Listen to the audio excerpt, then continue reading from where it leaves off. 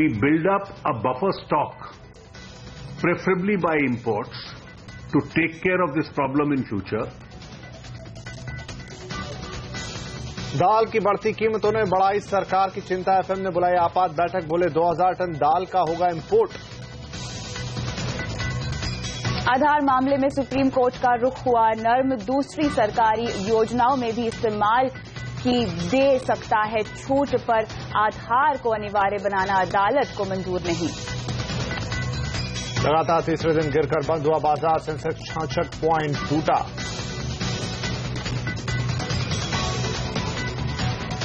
दूसरी तिमाही में एफएमसीजी दिग्गज HUL ने किया निराश, मुनाफा और आय दोनों उम्मीद से कम, लेकिन वॉल्यूम ग्रोथ बढ़ने से राहत। ऑनलाइन दवा बिक्री के विरोध में देश भर में बंद रही दवा दुकानें। सरकार की ई फार्मेसी पॉलिसी का भी दुकानदार कर रहे हैं विरोध।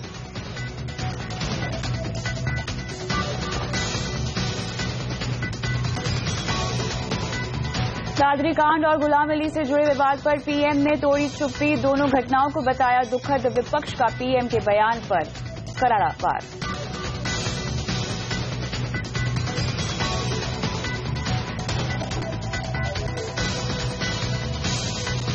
नमस्कार, यह है आवाज टाइम और आपके साथ मैं हूं विपिन भाटा। नमस्कार, मैं हूं कविता थपलियाल। आगे बढ़ते हैं और डालते हैं नजर कुछ और सुर्खियों पर। हाईवे प्रोजेक्ट को अब नहीं होगी पैसे की किल्लत, कैबिनेट ने वन टाइम फंडिंग को दी मंजूरी। दुनिया में निवेश के लिए भारत है सबसे अच्छी जगह। EY के सर्वे में CEOs ने कहा भारत में तेजी से सुधर रहा है निवेश का माहौल। और भारत में बढ़ रहा है अमीर गरीब के बीच का फासला। क्रेडिट स्विस की रिपोर्ट, देश के 53% संपत्ति सिर्फ 1% लोगों के हाथ में और 10% लोगों के पास है 76% wealth. I cannot give you a date for an IPO. I can tell you that we are positively inclined to an IPO and we started some preparatory work. Vodafone ने शुरू की IPO की तैयारी। नेटवर्क 18 से exclusive बातचीत में company के CEO ने कहा भारत है कंपनी के लिए टॉप 5 बाजारों में से एक। विज्ञापन और फिल्म की दुनिया के शहंशाह एक मंच पर। पीयूष पांडे की किताब पांडे मोनिया के विमोचन के मौके पर जुटे इंडस्ट्री, बॉलीवुड और खेल जगत के दिग्गज। कल रात 12 बजे से देश में मिलने शुरू हो जाएंगे नए iPhone 6s और 6s Plus। ऑफर की भरमार में क्या है बेस्ट डील, हम बताएंगे आपको। मर्सिडीज बेंज ने लग्जरी SUV GLE भारत में लॉन्च की। इस साल भारत में मर्क की ये 13वीं कार।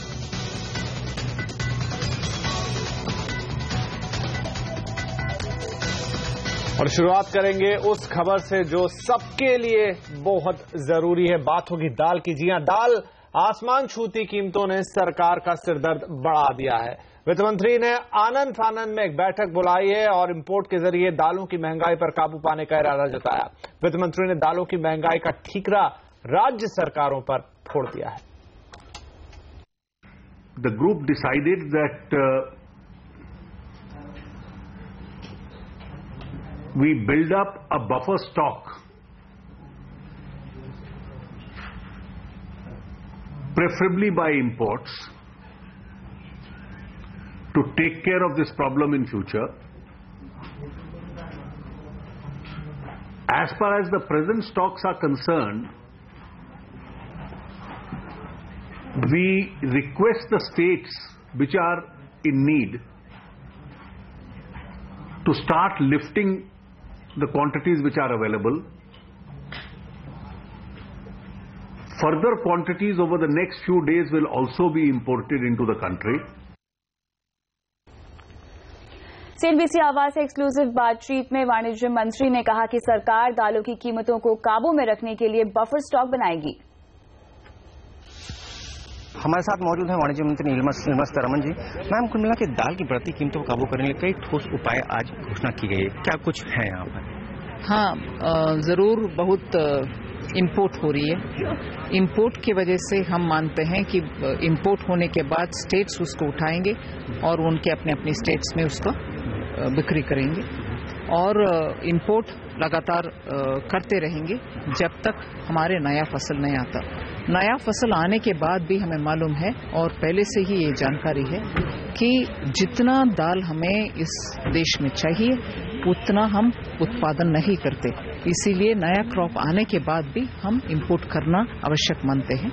इसीलिए अब से ही इंपोर्ट तब के लिए भी मन में रखते हुए एक बफर स्टॉक क्रिएट करेंगे जिसमें भारतीय किसान जो एमएसपी के ऊपर देना चाहते हैं उनसे भी खरीदेंगे और बाहर से भी इंपोर्ट करेंगे। कुल मिलाकर इस बार क्या देर हो गया इंपोर्ट करने में, क्योंकि ऑलरेडी ग्लोबल मार्केट में फसल कम थी यहाँ पर और ओवरऑल अभी जो इंपोर्ट हुआ उसका प्राइस पे इम्पैक्ट नहीं दिख रहा है, क्यों, क्या लगता है? देर नहीं हुआ क्योंकि एसिटिस जून से ये लगातार प्रयत्न जारी है हमारे तरफ से और 5000 मेट्रिक टन का ऑलरेडी आ चुका है जेएनपीटी में, 2000 भी अब आने वाले हैं और 2000 अभी नया टेंडर में हम ले आने वाले हैं।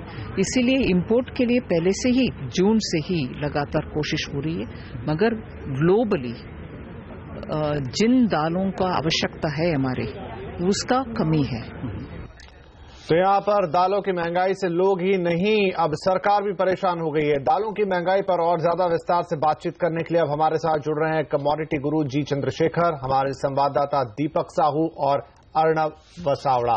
तो यहाँ पर हम बातचीत करेंगे। दीपक, दालों की महंगाई पर सरकार की जो पॉलिसी है, पॉलिसी लेवल पर क्या कदम उठाने जा रही है, किस तरीके से वो इस महंगाई को काबू में लेकर आएगी?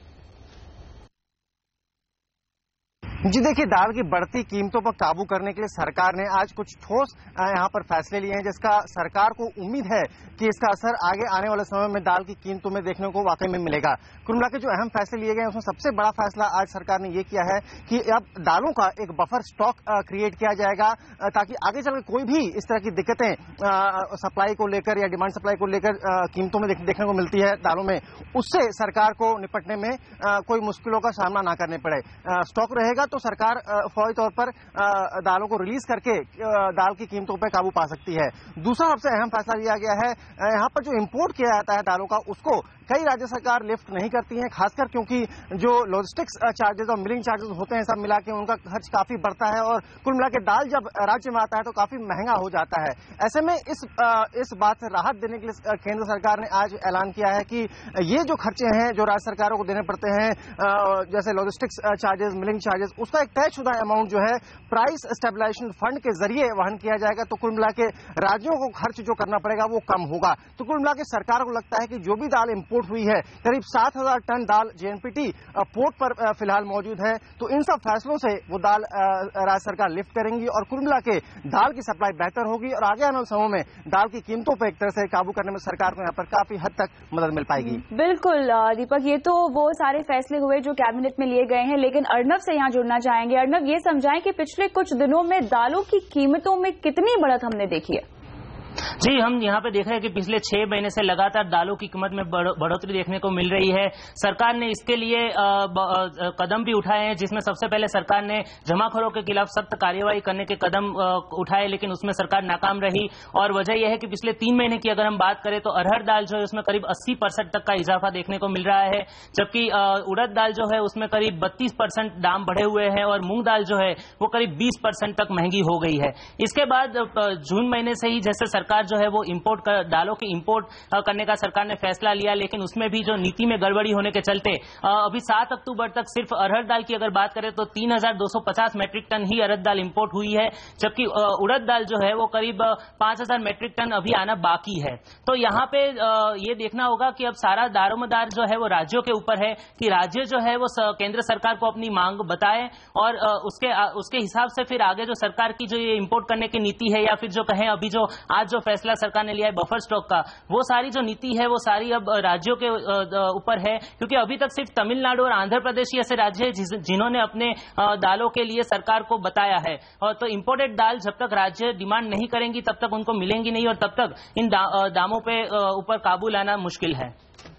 जी अर्णव, चलिए बने रहिए हमारे साथ। तो दाल ने यहाँ वाकई सबके लिए मुश्किल पैदा कर दी है, खाने वाले के लिए भी और सरकार के लिए भी। जी चंद्रशेखर, अब हमारे कमोडिटी गुरु हमारे साथ है। चंद्रशेखर साहब, सरकार कह रही है कि अब वो इंपोर्ट करेगी 2000 टन दाल का। आपको लगता है ये फैसला पर्याप्त होगा और क्या ये वक्त पे लिया जा रहा है, पहले नहीं ले लेना चाहिए था? बिल्कुल, इससे कोई फायदा नहीं होगा। वैसे प्राइवेट सेक्टर से हर महीना कम से कम 3.5 से 4 लाख टन का इंपोर्ट हो रहा है। उसके सामने सरकार का 2000, 3000, 5000 टन का इंपोर्ट से कोई फर्क नहीं पड़ेगा मार्केट में। This is too small a quantity. तो कोई सरकार के अंदर समझता है कि 2000, 5000 टन से कोई बड़ा फर्क पड़ेगा मार्केट के भाव में। I think we are fooling ourselves.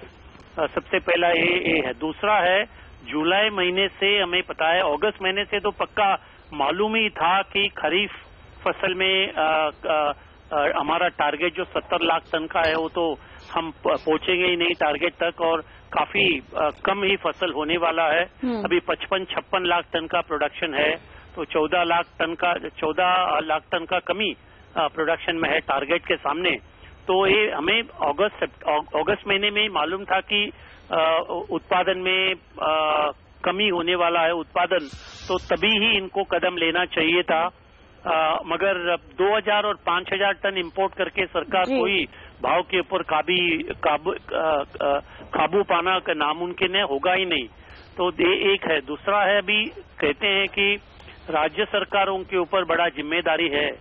मैं समझता हूं राज्य सरकारों के ऊपर तो जिम्मेदारी है जमाखोरी के सामने कदम उठाना और स्पेकुलेशन के सामने कदम उठाना, मगर एक धार्मिक रूप से मैं समझता हूं एक केंद्र सरकार का जिम्मेदारी है महंगाई का ऊपर काबू पाना। तो ऐसे में Chandrashekhar ji, long term solution क्या होगा? उत्पादन की कमी है, आप कह रहे जो इंपोर्ट करने की कोशिश की जा रही है वो भी पर्याप्त नहीं है, और ऐसे में राज्य सरकारों पर जिम्मेदारी डालना भी ठीक नहीं है, केंद्र को रिस्पॉन्सिबिलिटी लेनी चाहिए। तो लॉन्ग टर्म सोल्यूशन क्या है फिर? केंद्र सरकार की तरफ से क्या जिम्मेदारी लेनी चाहिए? बहुत कुछ है इसके बारे में, मैं कई आर्टिकल्स लिख चुका हूँ, बोल चुका हूँ कई बार।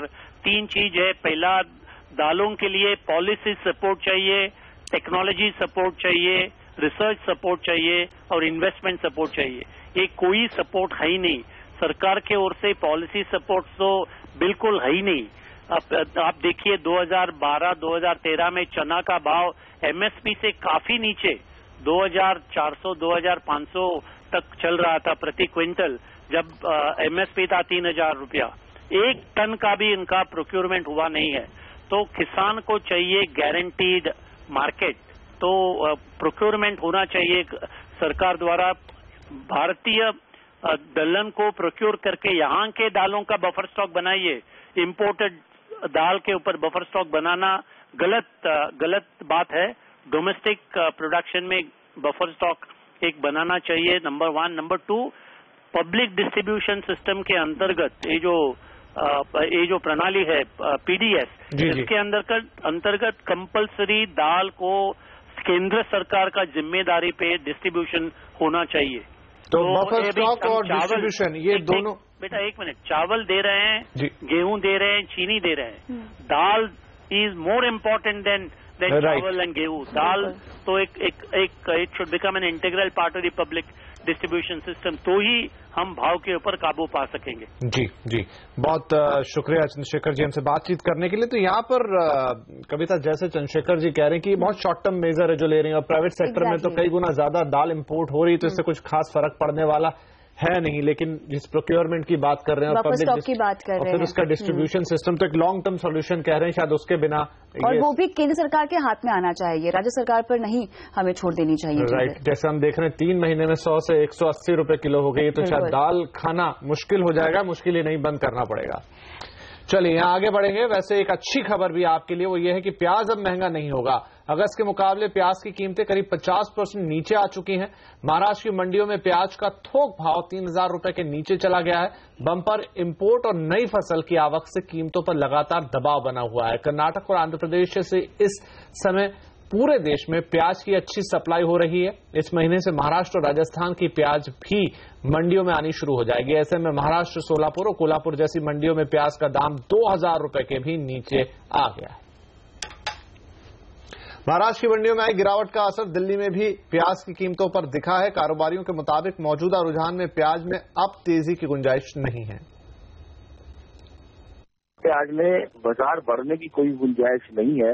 महाराष्ट्र, एमपी, सारा साउथ प्याज से पूरी तरह भर रहा है और नॉर्थ इंडिया में खूब प्याज आ रहा है, तो बाजार अब गिरने की तरफ है, बाजार अब चढ़ेंगे नहीं। उधर सितंबर में थोक महंगाई दर में मामूली बढ़त देखने को मिली है। 11 महीने से लगातार ये नेगेटिव ही बनी हुई है और पिछले महीने ये नेगेटिव 4.95% से बढ़कर नेगेटिव 4.54% पर पहुंच गई है। खाद्य महंगाई दर नेगेटिव 1.13% से बढ़कर 0.69% पर पहुंच गई है और जानकार यहां मान रहे हैं कि थोक महंगाई दर अगले 2 से 3 महीने तक और नेगेटिव में ही दिखेगी। और यहां पर वक्त हुआ एक छोटे से ब्रेक का। ब्रेक के बाद बात करेंगे कि दूसरी तिमाही में एफएमसीजी दिग्गज HUL ने क्यों किया है निराश।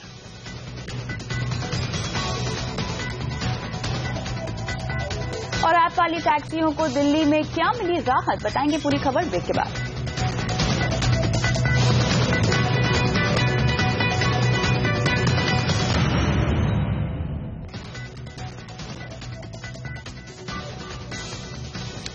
विज्ञापन की दुनिया के शहंशाह पीयूष पांडे ने इस क्षेत्र में 30 साल से भी ज्यादा के अपने सफर की कहानी को समेटा है। अपनी किताब पांडे मोनियम में अपनी जिंदगी में पल पल मिली सीखें और कुछ खास लम्हों को पीयूष पांडे ने अपनी किताब में पाठकों के साथ बांटा है। मुंबई में हुए इस विमोचन पर फिल्म जगत के शहंशाह अमिताभ बच्चन भी मौजूद थे। साथ में जया बच्चन और सचिन तेंदुलकर समेत क्रिएटिव जगत की कई बड़ी हस्तियां यहां आई थी। ये किताब पेंगुइन रैंडम हाउस ने छापी है। पीयूष अपने क्रिएटिव विज्ञापनों के लिए मशहूर हुए और आज भी उनकी कलम से बेहतरीन लाइनें निकल रही हैं बड़े बड़े ब्रांड्स के लिए, फिर वो फेविकॉल हो या फिर कैडबरी या Vodafone. I must have been class 6 or 7 and I had to do an elocution contest in school and I went to my father and he said, okay, I failed you last time, so this time we will go to the masses. And the poetry went, इधर भी गधे हैं उधर भी गधे हैं, इधर भी गधे हैं उधर भी गधे हैं, जिधर देखता हूं गधे ही गधे हैं, घोड़ों को मिलती नहीं घास देखो, गधे खा रहे हैं च्यवनप्राश देखो। I was shooting in Nasik and they brought the entire team there, and after my shooting we sat and we said this. And some of the anger came because the shooting that I was involved in was a bit nasty and treacherous, and some of those words that came out were very natural. So we got very annoyed. And I said, "क्यों नहीं ले रहे हैं आप लोग ये दो बूंद जिंदगी के, और कीजिए ऐसा आप," which was kind of strange. But it succeeded. And when I happened to be called to New York at United Nations, the head of United Nations asked me, Mr. Bachchan, how did you manage to do this? And they said, we did research and we found out that some of the rural women were very patriotic towards this campaign. And I went and asked them what it was that made them so. And they said, नहीं वो अमिताभ जी को देखा वो बहुत नाराज था इसलिए हम दो बूंद पानी ले लिया। आईफोन्स कल रात 12 बजे से मिलने शुरू हो जाएंगे और इस बार आईफोन्स 6S और 6S Plus मिल रहे हैं ढेर सारे ऑफर्स के साथ। क्या हैं ये ऑफर्स, जानते हैं हमारे टेक गुरु यश भट्ट से। बिल्कुल, तो यहाँ पे भारत के अंदर फाइनली आईफोन 6S और 6S Plus लॉन्च होने जा रहे हैं, लेकिन प्राइसिंग थोड़ा सा इश्यू है। यहाँ पे भारत के अंदर थोड़ी प्राइसिंग ज्यादा है, पिछली बार से भी ज्यादा है, और अमेरिका के साथ इसको अगर हम कंपेयर करें तो 20,000 रुपए का डिफरेंस आ रहा है। तो इस डिफरेंस को शायद थोड़ा सा क्लोज करने के लिए यहाँ पे एप्पल जो टेलीकॉम प्रोवाइडर्स है उसके साथ मिलकर थोड़ी सी ऑफर्स लेके आ रहा है। सबसे पहले हम बात करें अगर एयरटेल की यहाँ पे, तो एयरटेल जो है आपको पूरे 1 साल के लिए 4G डाटा फ्री दे रहा है, लेकिन उसमें कैच ये है कि 15,000 रुपए तक का आपको लिमिट मिलेगा। मतलब 15,000 रुपए तक का 4G डाटा आप अगर आईफोन 6S खरीदते हो एयरटेल के स्टोर से तो आपको 4G डाटा मिलेगा। और कुछ एयरटेल स्टोर्स ऐसे भी हैं जो पूरी रात खुले रहने वाले हैं। यहाँ पे 15 तारीख को, मतलब कल रात को जब यहाँ पे आईफोन्स लॉन्च हो गए 12 बजे तो पूरी रात तक यहाँ पे स्टोर्स खुले रहने वाले हैं। आगे हम बात करें वोडाफोन की, तो वोडाफोन भी बहुत पीछे नहीं रहा है, लेकिन वो 3G के ऑफर्स आपको दे रहा है। पहले 6 महीने तक जब आप आईफोन खरीदते हो उसके 6 महीने तक आपको हर महीने 3 GB का 3G डाटा आपको मिलेगा।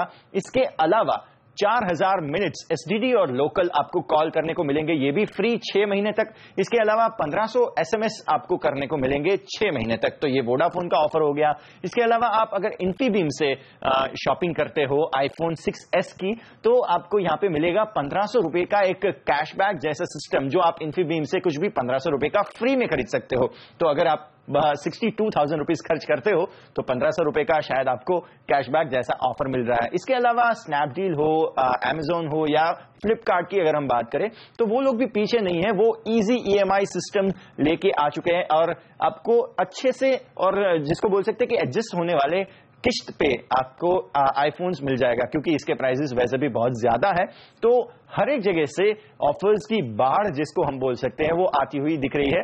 और ओवरऑल प्राइसिंग थोड़ी सी ज्यादा है, लेकिन एक्साइटमेंट आईफोन्स के लिए बहुत ही ऊपर देखने को मिल रहा है इस बार। जी चलिए, ये बात हो गई फोन की। अब बात कर लेते हैं कार्स की। मर्सिडीज बेंज ने आज देश में अपनी लग्जरी एसयूवी GLE लॉन्च कर दी है। ये मर्सिडीज की एम क्लास की जगह लेगी। कंपनी की इस साल भारत में लॉन्च होने वाली ये 13वीं कार है। मर्सिडीज की best seller SUV M class अब एक नए नाम और नए रूप में आ गई है। ये है मर्सिडीज GLE, जिसके 2 वेरिएंट भारत में लॉन्च किए गए हैं। 2.1 लीटर इंजन वाले 250D की कीमत करीब 59 लाख रखी गई है, जबकि ज्यादा पावरफुल 3 लीटर इंजन वाले 350D की कीमत करीब 70 लाख है। GLE के फ्रंट में बदलाव किए गए हैं, लेकिन साइड और रियर प्रोफाइल एम क्लास से काफी मिलती हैं। हेडलैम्प में नया LED इंटेलिजेंट लाइटिंग सिस्टम लगाया गया है। इंटीरियर में नई इंफोटेनमेंट स्क्रीन, नया डैशबोर्ड और नया स्टीयरिंग व्हील दिए गए हैं। Basically what we have made is we gave it a much more contemporary look. We changed the front, made it much more expressive. We increased the power domes. We added a lot of chrome wherever it's applicable, and we made it look significantly different from the predecessor. But this is not where we stopped. We also added electronically a lot of additional devices which make the usage of actually a rather complex vehicle much more customer friendly. Mercedes ने GLE में 5 driving mode का option दिया है। GLE का मुकाबला BMW X5 और Audi Q7 से है। GLE इस साल मर्सिडीज बेंज का 13वां लॉन्च है। कंपनी को उम्मीद है कि GLE की मदद से लग्जरी एसयूवी सेगमेंट में उसका मार्केट शेयर और बढ़ेगा। रोहन सिंह, दिल्ली। और इसी के साथ आवाज एट 9 में हमें दीजिए इजाजत। कल से फिर करेंगे मुलाकात, तब तक के लिए नमस्कार।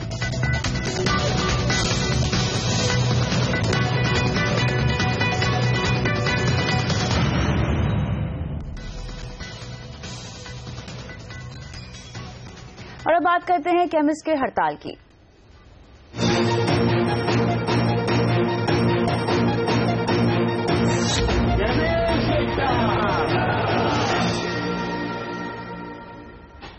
देश में ऑनलाइन हो रही दवाओं की बिक्री के खिलाफ आज देश भर के करीब 8,50,000 केमिस्ट हड़ताल पर हैं। देश भर में दवा की दुकानें बंद रहीं।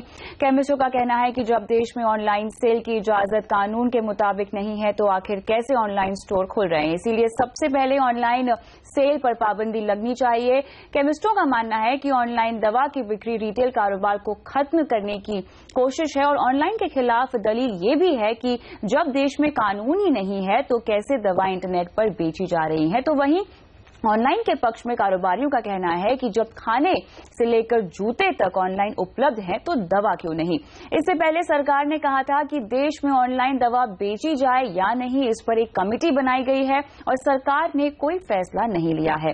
देश में दवा का कारोबार इस वक्त करीब 60,000 करोड़ रुपए का है, इसीलिए कई कंपनियों की नजर इस पर है।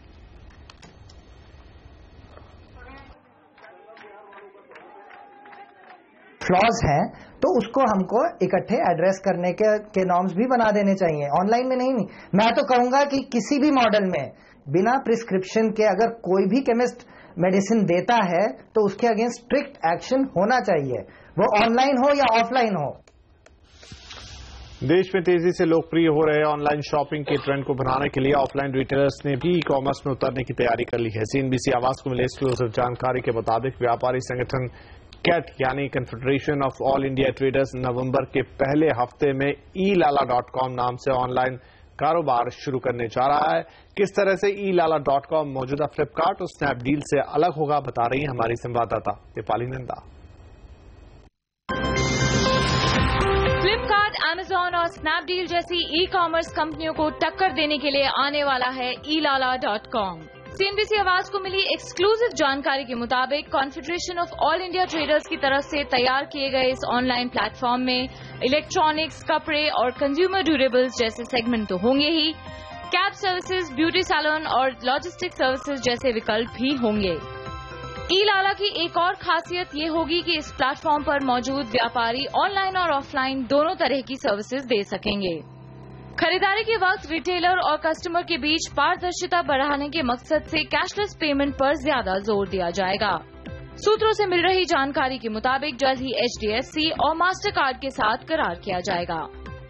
सरकार ने जो कैशलेस इकोनॉमी को बढ़ावा देने का जो प्रयत्न किया है, हम इसमें खासतौर पर कंज्यूमर से ये उम्मीद करेंगे कि वो इसमें पेमेंट डेबिट कार्ड या क्रेडिट कार्ड से दे।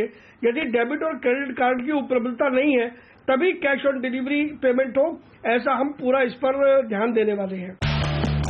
सूत्रों से मिल रही जानकारी के मुताबिक ilala.com पर सेलर से किसी भी तरह का कमीशन नहीं लिया जाएगा।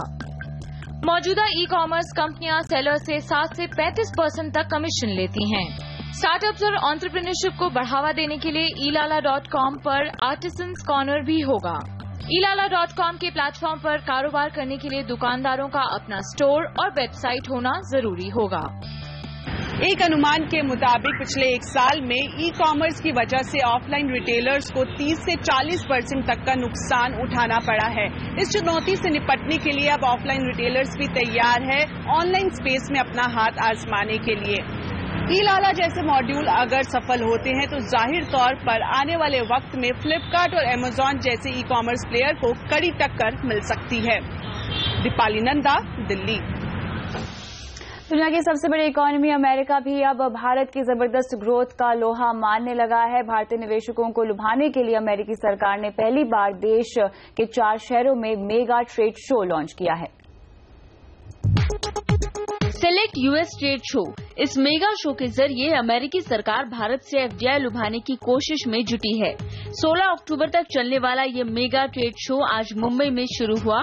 इस दौरान निवेशकों को अमेरिकी मार्केट से जुड़ी रिसर्च, लाइसेंसिंग, टैक्सेशन और बिजनेस के तौर तरीकों से जुड़े हर सवाल का जवाब मिलेगा। साथ ही अमेरिकी सरकार भारतीय निवेशकों के लिए स्पेशल टैक्स ब्रेक और कानूनी मसलों में छूट का ऐलान भी करेगी। US is strong and growing. We have among the strongest growth in the developed world, just as India is experiencing among the strongest growth in the developing world. So it's a great opportune time, and we think really there are opportunities across all sectors of the United States. Bharat America में तेजी से निवेश करने वाला चौथा सबसे बड़ा देश है। फिलहाल अमेरिका में 200 भारतीय कंपनियों ने $17 बिलियन का निवेश किया है और 90,000 अमेरिकी नागरिकों को रोजगार देती है। इनमें सबसे बड़ा निवेशक है टाटा ग्रुप। टाटा ग्रुप ने अमेरिका के 30 राज्यों में $2.7 बिलियन का निवेश किया है और 22,000 लोगों को रोजगार दिया है।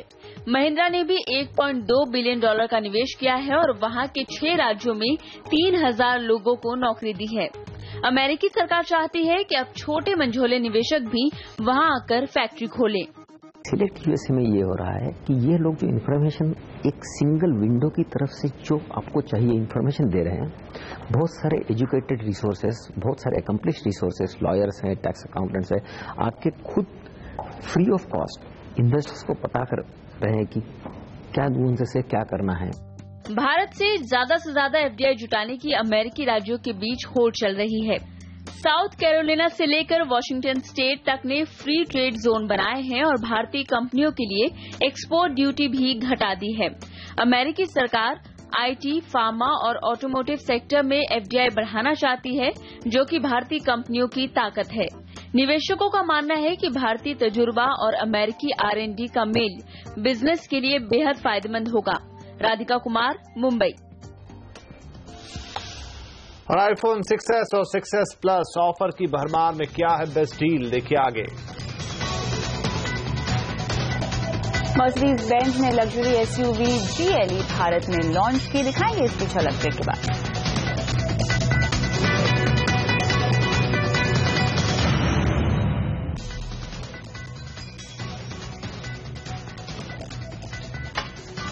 भारत विदेशी निवेशकों की पहली पसंद है। देश में हो रहे रिफॉर्म और ग्रोथ की बात से हम सब सहमत भी हैं, लेकिन क्या तरक्की का फायदा सब तक पहुंच रहा है? तो जवाब है शायद नहीं। क्रेडिट स्विस ने तो ताजा वेल्थ रिपोर्ट तैयार की है। उसके मुताबिक देश में आर्थिक असमानता बढ़ती जा रही है। भारत के 1% अमीरों के पास देश की कुल संपत्ति का 53% है।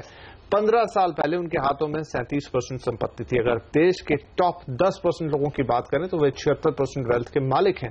अमीर गरीबी के बढ़ते फासले का ये ट्रेंड सिर्फ भारत में ही नहीं, दुनिया में 1% अमीरों का 45% संपत्ति पर कब्जा है। 10% लोगों की तिजोरी में दुनिया की 84% संपत्ति बंद है। ताजरी कांड और गुलाम अली के विरोध पर प्रधानमंत्री मोदी ने पहली बार चुप्पी तोड़ी है।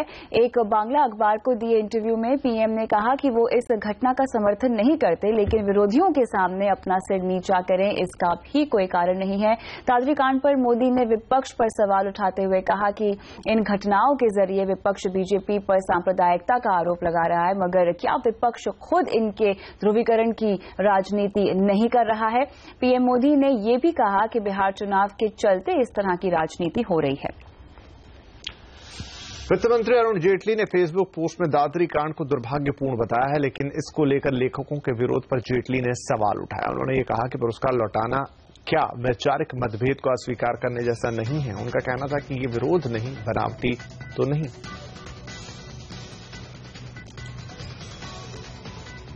और विज्ञापन और फिल्म की दुनिया के शहंशाह एक मंच पर, पूरी खबर इस ब्रेक के बाद। और मर्सिडीज बेंज ने लग्जरी एसयूवी जीएलई भारत में लॉन्च की।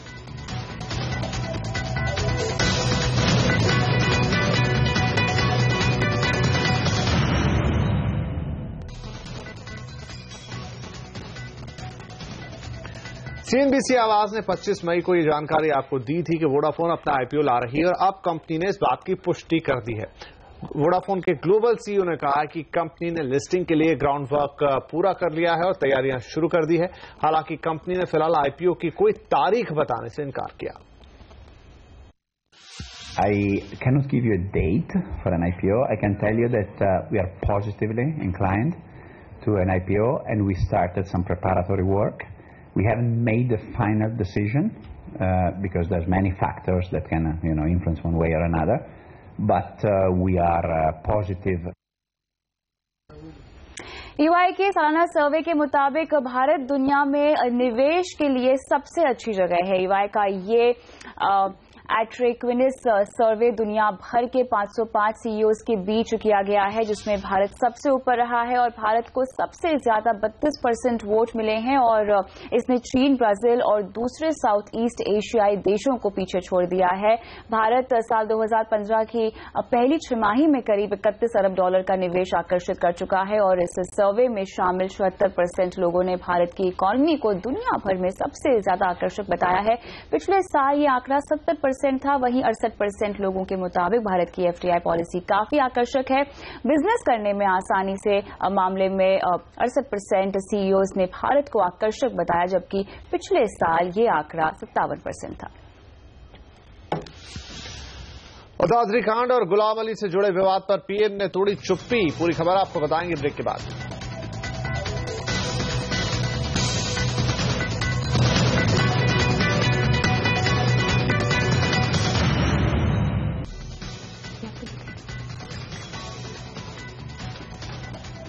आधार मामले में सुप्रीम कोर्ट का रुख थोड़ा नरम पड़ गया है। वो आधार का दायरा बढ़ाने पर विचार कर सकता है। कोर्ट ने साफ किया है कि बिना आधार वाले लोगों के साथ भेदभाव न किया जाए। इस खबर को अब विस्तार से समझते हैं हमारे ब्यूरो चीफ लक्ष्मण रॉय से। लक्ष्मण, ये समझाएं कि सरकार के लिए राहत की बात है या फिर आधार को लेकर अब कंफ्यूजन जारी ही है?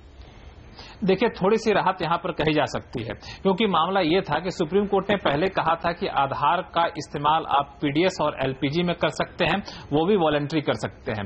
लेकिन दूसरी स्कीमों में क्या होगा, इस पर सफाई नहीं आई थी, उस पर एक तरह से पाबंदी लगी हुई थी। लेकिन अब जब 5 जजों के बेंच ने सुनवाई आज शुरू की तो वहां पर महत्वपूर्ण बात निकलकर यह सामने आई कि सरकार चाहे तो अपनी अलग अलग योजनाओं में आधार का इस्तेमाल कर सकती है, लेकिन यह इस्तेमाल स्वैच्छिक होगा, यानी वॉलंटरी होगा। आप किसी को बाध्य नहीं कर सकते कि अगर आपको इस स्कीम का फायदा लेना है तो आपको आधार बनवाना ही पड़ेगा, आधार का नंबर आपको देना ही पड़ेगा।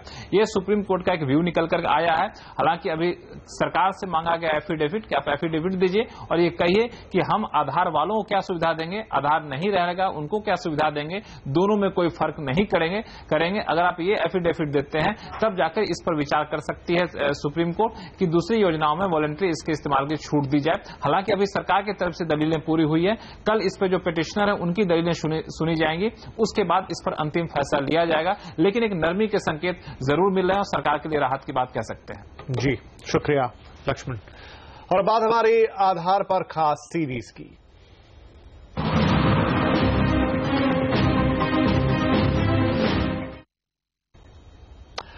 अपनी खास सीरीज के तहत अब तक हमने आपको बताया कि रसोई गैस की सब्सिडी और सरकारी राशन की दुकानों के भरोसे रहने वाले गरीबों की जिंदगी में आधार कितना बड़ा रोल निभा रहा है। और अब आज हम बताने जा रहे हैं कि अहमदाबाद के उन ड्राइवरों की कहानी जिन्हें पैसे कमाने से ज्यादा पैसे घर भेजने की चिंता रहती थी, लेकिन आधार ने इस चिंता को हमेशा के लिए दूर कर दिया है।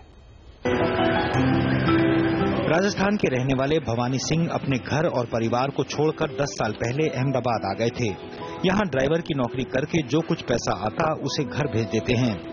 लेकिन कुछ दिनों पहले तक आलम ये था कि हर महीने के आखिर में इन्हें इस बात की चिंता नहीं थी कि सैलरी मिलेगी या नहीं, बल्कि इन्हें ये चिंता सताती थी कि पैसे घर कैसे भेजेंगे, क्योंकि अहमदाबाद का इनके पास कोई निवास प्रमाण पत्र नहीं था, इसलिए इनका बैंक अकाउंट नहीं खुलता था। इसके लिए भवानी सिंह को किसी रिश्तेदार या अपने गांव के आसपास के गांव जाने वाले किसी दोस्त के सहारे रहना पड़ता था। लेकिन जैसे ही इनका आधार बना, इनका बैंक अकाउंट भी खुल गया और पैसे भेजने की चिंता हमेशा के लिए दूर हो गई। पहले जो बैंक अकाउंट नहीं था आधार कार्ड के बिना, तो क्या कि पैसे किसी के साथ में भेजने पड़ते थे, 3-4 दिन के बाद मिलते थे। अभी बैंक अकाउंट खुल गया तो पैसे तुरंत 5-10 मिनट में मिल जाते। सिर्फ भवानी सिंह ही नहीं बल्कि आधार ने उन तमाम लोगों को बड़ी राहत पहुंचाई है जो सालों से महज एक बैंक खाते के लिए तरस रहे थे। दूसरे राज्य से आने की वजह से इनके पास खाते खुलवाने के लिए जरूरी दस्तावेज नहीं होते थे, लेकिन अब सरकार ने आधार को बैंक खाते खुलवाने के लिए वैलिड डॉक्यूमेंट के तौर पर स्वीकार करने का फैसला लिया है। बैंक खाते के अलावा आधार ने इन्हें एक पहचान भी दी है। आधार कार्ड सर मैंने अभी बनवाया है, तो आधार कार्ड के हिसाब से मेरे को काफी सुविधा मिल रही है। आधार कार्ड से मेरा बैंक का अकाउंट खुल गया सबसे पहली बात। उसके बाद में यहाँ पे मेरा वोटर लिस्ट में नाम नहीं था, तो आधार कार्ड के हिसाब से वोटर लिस्ट में नाम आ गया मेरा। अभी मैं चुनाव कर सकता हूँ, वोट डाल सकता हूँ। प्रधानमंत्री जन धन योजना के तहत 13 करोड़ बैंक खाते खोले गए। इनमें 41% यानी 7 करोड़ से ज्यादा खाते खोलने में आधार को बतौर पहचान पत्र पेश किया गया था। इसी से अंदाजा लगाया जा सकता है कि आधार उन लोगों के लिए कितना कारगर साबित हो रहा है जो अब तक बैंकिंग व्यवस्था से दूर थे। मनीष देसाई, अहमदाबाद। आगे बढ़ते हैं। एफएमसीजी कंपनी HUL की दूसरी तिमाही के नतीजों ने आज बाजार को निराश किया है। नतीजों के बाद शेयर में दबाव दिखा और कंपनी का मुनाफा और आय दोनों ही अनुमान से कम रहे। एबिटा मार्जिन भी यहां बढ़ा है लेकिन अनुमान से कम। हालांकि एडजस्टेड वॉल्यूम ग्रोथ ने थोड़ी राहत जरूर दी है। कंपनी ने आगे की ग्रोथ के लिए ग्रामीण क्षेत्रों पर भरोसा जताया है। वैसे आज TCS और HUL के खराब नतीजों ने बाजार का मूड बिगाड़ दिया। सेंसेक्स 66 पॉइंट गिरा तो वहीं निफ्टी 8100 के ऊपर बंद हुआ। मिड कैप बैंक निफ्टी में भी आज दबाव रहा। आज भी IT शेयरों ने बाजार पर दबाव बनाने का काम किया, लेकिन मेटल शेयरों की चमक बढ़ती दिखी। ऑयल एंड गैस शेयरों में तेजी दिखी। फार्मा शेयरों की सेहत में भी सुधार होता नजर आया। अटके हुए नेशनल हाईवे प्रोजेक्ट को कैबिनेट से हरी झंडी मिल गई है और सरकार ऐसे प्रोजेक्ट्स में एक मुश्त पूंजी डालेगी। परिवहन सचिव विजय छिब्बर ने कहा है कि फिलहाल 15 ऐसे प्रोजेक्ट हैं जो इस स्कीम के दायरे में आते हैं। परिवहन सचिव ने खास बातचीत की हमारे संवाददाता दीपक साहू से। प्रोजेक्ट्स 50% कंप्लीशन पे आ गए हैं, वही क्वालिफाई करते हैं। तो अभी देखा गया है कि करीबन 15 ऐसे प्रोजेक्ट्स हैं जो क्वालिफाई करेंगे इस स्कीम में। उन 15 में से 12 BOT टोल प्रोजेक्ट्स हैं और 3 BOT एनवीटी प्रोजेक्ट्स हैं। तो इन 15 प्रोजेक्ट्स में 6 कंसेशनर्स ने अप्लाई भी किया है in anticipation of approval. 2 NVT projects हैं और 4 BOT टोल प्रोजेक्ट्स हैं। कैब एग्रीगेटर्स को तत्कालिक राहत देते हुए दिल्ली हाईकोर्ट ने उन्हें अगले साल 1 मार्च तक डीजल कैब्स चलाने की इजाजत दे दी है, मगर 1 मार्च के बाद सभी कैब एग्रीगेटर्स को अपनी गाड़ियों को पूरी तरह से सीएनजी पर चलाना होगा। क्या कहा है कोर्ट ने, इस बारे में और बातचीत करने के लिए हम बात करेंगे अपने संवाददाता रोहन सिंह से। रोहन, कोर्ट ने राहत तो दी है यहाँ टैक्सी एग्रीगेटर्स को, लेकिन शर्त क्या लगाई है, क्या करना होगा? जी बिल्कुल, कोर्ट ने कैब एग्रीगेटर्स को राहत दी है, लेकिन बहुत सारी कंडीशनैलिटीज के साथ। और सबसे इंपॉर्टेंट ये है कि सभी कैब एग्रीगेटर्स को कोर्ट के सामने एक रोड मैप रखना होगा, एक टाइमलाइन बतानी होगी कि वो किस तरीके से 1 मार्च से पहले जो डीजल कार्स है उन्हें वो किस तरह से फेज आउट करेंगे, इसके बारे में बताना पड़ेगा। ये कोर्ट का ये आदेश हालांकि सभी कैब एग्रीगेटर्स पर लागू होता है, लेकिन जो कैब एग्रीगेटर्स कोर्ट के सामने ये रोड मैप नहीं रखेंगे उन पर जो बैन है वो लगातार जारी रहेगा। तो सभी को ये बताना होगा कि वो किस तरीके से डीजल कार्स को हटाने जा रहे हैं। कोर्ट का कहना था कि तुरंत कैब्स पे डीजल कार्स पे बैन लगाना पॉसिबल नहीं है उनके लिए, इससे यात्रियों को असुविधा होगी, इसलिए एक टाइमलाइन जरूरी है। तो 6 महीने का लगभग समय दिया गया है सभी कैब एग्रीगेटर्स को, जिनमें उन्हें ये हटाना होगा। 1 मार्च के बाद सभी कैब एग्रीगेटर्स को पूरी तरह से सीएनजी पे बदलना पड़ेगा।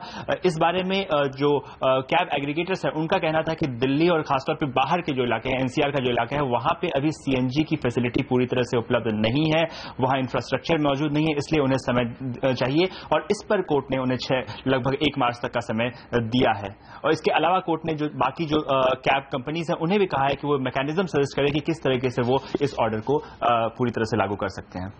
शुक्रिया रोहन इन तमाम डिटेल्स के लिए। और यहाँ रुकते एक ब्रेक के लिए। ब्रेक के बाद निवेश के लिहाज से भारत है फेवरेट डेस्टिनेशन। पूरी खबर इस ब्रेक के बाद।